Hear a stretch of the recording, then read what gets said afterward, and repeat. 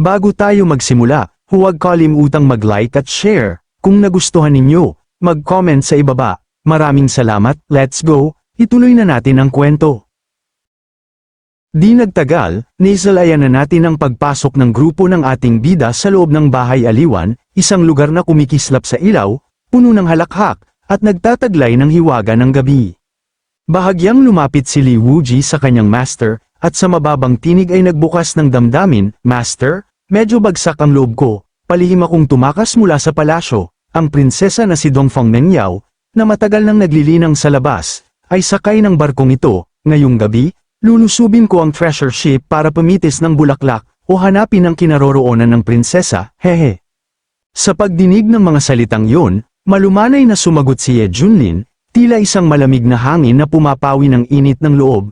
"Huwag kang padalos-dalos, tandaan mo, ang mga mangangaso ng Gao Rui ay kadalasang nagpapakita bilang biktima, imbes na gumugol ng 9 na araw sa walang saysay na paghahanap, mas mabuting hayaang lumapit sa iyo ang biktima." Dagdag pa niya, na may bigat ng awtoridad, "Mula ngayon, kapag nasa lugar na ito, sumunod kayo sa kanilang kaugalian, tatawagin niyo ako bilang Young Master Ye." Samantala, 3 babae ang biglang napasigaw sa tuwa nang masilayan ang kagwapuhan ng ating bida, parang nakakita sila ng isang artista mula sa langit. Isa sa kanila ang nagsabi, "Wow, ang gwapo naman ng lalaking yan." Sumunod ang isa pa, halos hindi makapaniwala, "Mga kapatid, hindi pa ako nakakita ng ganito kagwapong lalaki, talagang top tier, hindi, parang Diyos, sa mukha pa lang niya. Gusto ko na siyang halikan, young man, hindi ko na kaya kahit iniisip ko lang." Agad na pinalibutan ng mga magagandang babae ang ating bida, bawat isa'y nag-aalok ng kanilang halina. Habang patuloy ang kanilang pang-aakit, may isa namang babae na malumanay na nagpayo, "Tama na kayo, ang ganitong klaseng young master siguradong pagmamay-ari na ng isang makapangyarihang babae. Mga kapatid, itaas nyo na lang ang una nyo sa gabi. Baka sakaling mapanaginipan nyo siya." Talagang malaya ang mga babae ng Heavenly Maiden Kingdom, at ang babangis pa. Nang makita ang eksenang yun, mas lalong nag-apoy ang damdamin ni Li Wuji, na tila ba handang makipagtabi sa higaan ng isa sa mga babae, bakas sa kanyang mukha ang pagmamalabis habang bulong niya, "Little Liu, mag-aaway ba talaga ang mga kagandahang yan para lang sa pansin?" Subalit, kalmadong sumagot si Liu Qingming, puno ng dangal at disiplina, "Sabi nga, ang isang ginoong walang disiplina ay walang dangal, fellow Daoist Li, bilang alagad ni Master Ye. Paano mo nagagawang malulong sa pagnanasa at kusang magpakababa sa ilalim ng palda ng babae?"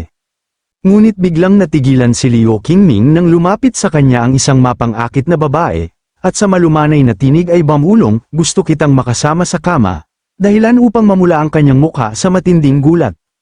Hindi na niya napigilan ang sarili, agad na lumapit si Liu Qingming at niyakap si Li Wuji, dala ng hiya at pagkataranta. Galit na pinagsabihan ni Li Wuji si Liu Qingming, "Anong kabastusan yan? Tingnan mo nga yan, hindi mo alam kung gaano ka kaswerte, kung ako lang sana ang makasama mo."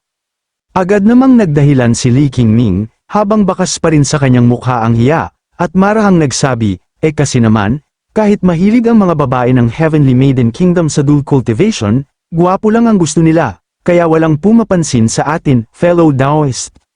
Dahil dito, halos hindi maipinta ang mukha ni Li Wuji, tila ba pinipiga ng rason ni Li Qingming ang kanyang pagmamataas. Pagkatapos, ibinaling ni Li Qingming ang kanyang tingin kay Ye Junlin, na nakatalikod pa noon, at marahan niyang binulong, "Si Young Master Ye, gwapo rin baka siya ang puntiryahin." Nang marinig ang mga katagang yon, bahagyang napangiti si Ye Junlin, at sa malamig ngunit banayad na tinig ay nagsabi, "Kung ganun, makakatipid pa tayo sa problema."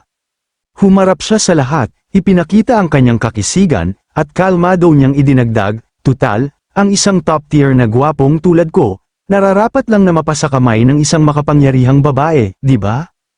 At nang masilayan ng mga babae ang kanyang anyo, halos himatayin sila sa sobrang paghanga. Isa sa kanila ang napabulalas, "Ang gwapo, nahihilo na ako." Marahan namang tinapagtapik ni Ye Junlin ang ulo ni Liu Qingming gamit ang kanyang pamaypay, na parang hari na nagbibigay ng basbas. Nahihiyang nagtanong si Li Qingming, "Totoo ba ang sinabi ng ating bida?"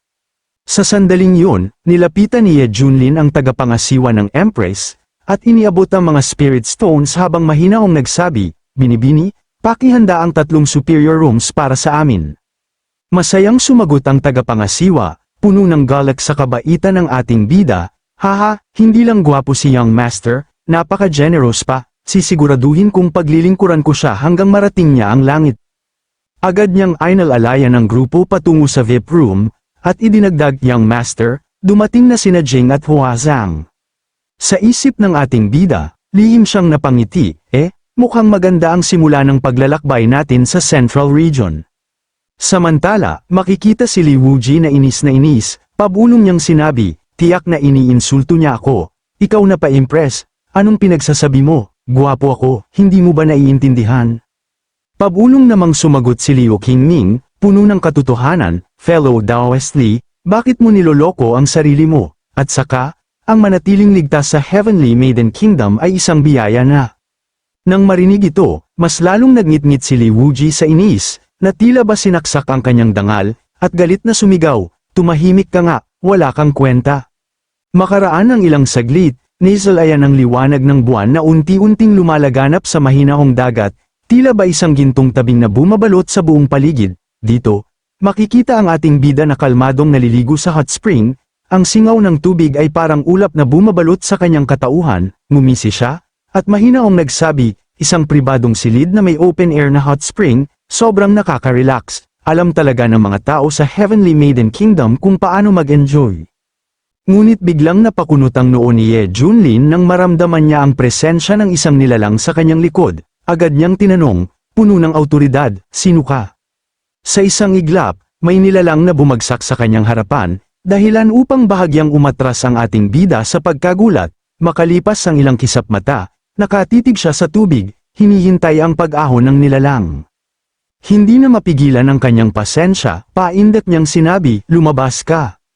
Dahan-daang umahan ang nilalang, at doon tumambad ang mapang-akit na anyo ni Dongfang Mengyao, ang lehitimong prinsesa ng Heavenly Maiden Kingdom, isang makapangyarihang nilalang sa Tribulation Realm. Tumawa siya, puno ng sigla, haha, hindi na masama, isang certified top tier na gwapong lalaki, may dating pa, at gusto ka ng prinsesang ito. Agad siyang lumapit kay Ye Junlin, marahang hinawakan ang kanyang balikat, at seryosong tinitigan ng ating bida, malumanay niyang sinabi, munting lalaki, maging lingkod ka sa akin, at titiyakin ko ang yaman at dangal mo, bibilis pa ang cultivation mo. Bahagya niyang dinilaan ang kanyang labi, hudyat ng matinding pagnanasa at kapangyarihan, dahan-dahan niyang hinimas ang maskuladong tiyan ni Ye Junlin, sabay bulong na puno ng tukso. Pero bago yun, nais munang inspeksyonin ng prinsesang ito ang iyong kakayahan. At sa walang pag-aatubili, mabilis na ibinaba na babae ang kanyang kamay sa alagang manok ng ating bida para masuri ito kung gaano ito kalaki.